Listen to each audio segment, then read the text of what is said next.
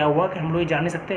दोस्तों थोड़ा आप इस बारे में जानिए। अब मैं इसके एनालिसिस पे आता हूँ कि नेताजी जो वर्ल्ड लीडर थे, जिनको भारत का प्रधानमंत्री बनना था, जो हमारे आज़ादी के सही में असली नायक हैं, वो ऐसे क्यों रहे।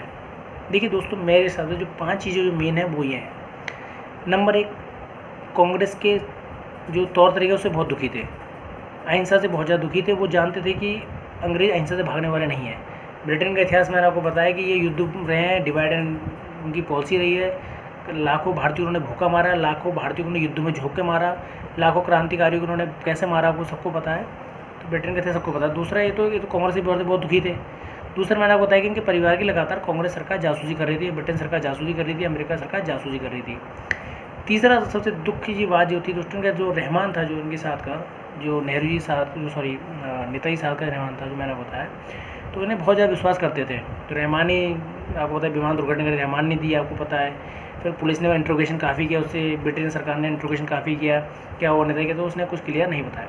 चलिए, रहमान ने ऐसा नहीं अच्छा काम किया होगा, कई मेडल मिले, लेकिन आपको पता है कि जब डिवाइड भारत का हुआ तो उस टाइम जब भारत के कई राज्यों में संघर्ष होने लगे, जम्मू कश्मीर संघर्ष होने लगा, वहाँ संघर्ष होने लगा, तो आपको जो रहमान है आईएनए वाला जो है, आज़ाद फौज में जो थे आपके आईएनए जो नेशनल आर्मी में थे, तो इसने क्या करा, भारत से गद्दारी की बताऊँ आपको। इसने क्या करा कि जो पाकिस्तानी कबाइले हैं इनका साथ दिया, जो विद्रोह इनका साथ दिया, जो राजा हरि सिंह जो राजा थे कश्मीर के, उनके विरुद्ध इसने लड़ाई लड़ी। भले ही उस टाइम भारत की आर्मी आ गई थी तो कश्मीर की हेल्प हुई, लेकिन हमारा बहुत बड़ा मेन पार्ट कश्मीर और पाकिस्तान में चला गया था।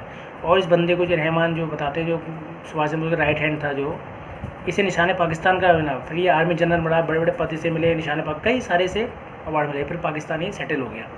तो नेताजी इस मामले दिल में बहुत दुखी थे, क्योंकि नेताजी ऐसे भारत का निर्माण चाहते थे, इसमें हिंदू मुस्लिम सिख ईसाई सब रहे, लेकिन लास्ट में इतनी हिंसा देख के, प्लस दूसरे सबसे उनका जो दिल जो दिखा उनका, जो भारत और जो डिवाइड हुआ, जिसमें लाखों हिंदू मर गए, कुछ मुस्लिम से मर गए, आपको पता है। जो ये डिवाइड हुआ इसमें आपको पता है कितने दंगे हुए, आपको पता है कितने ट्रेन में मारे गए, बसों में मारे गए, वहाँ जो हिंसा हुई, जातीय हिंसा हुई, धार्मिक हिंसा हुई, उससे सुभाष चंद्र बहुत दुखी थे दोस्तों।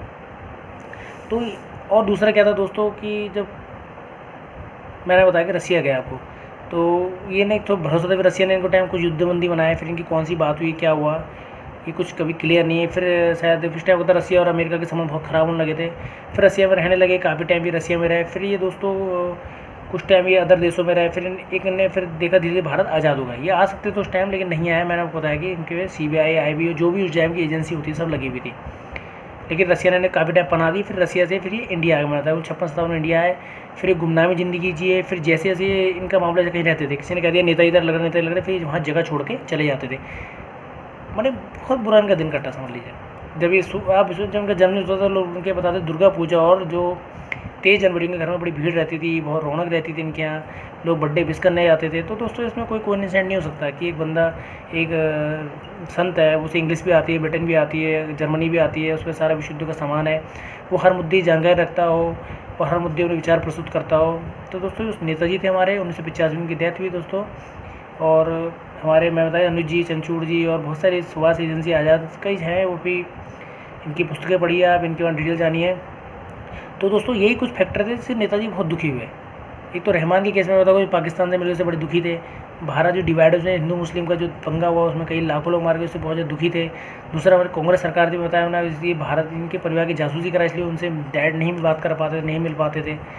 और दोस्तों बहुत सारी चीज़ें थी, वो उनका बिल्कुल मन दुखी हो गया दोस्तों, इसलिए बिल्कुल सन्यासी बन गए।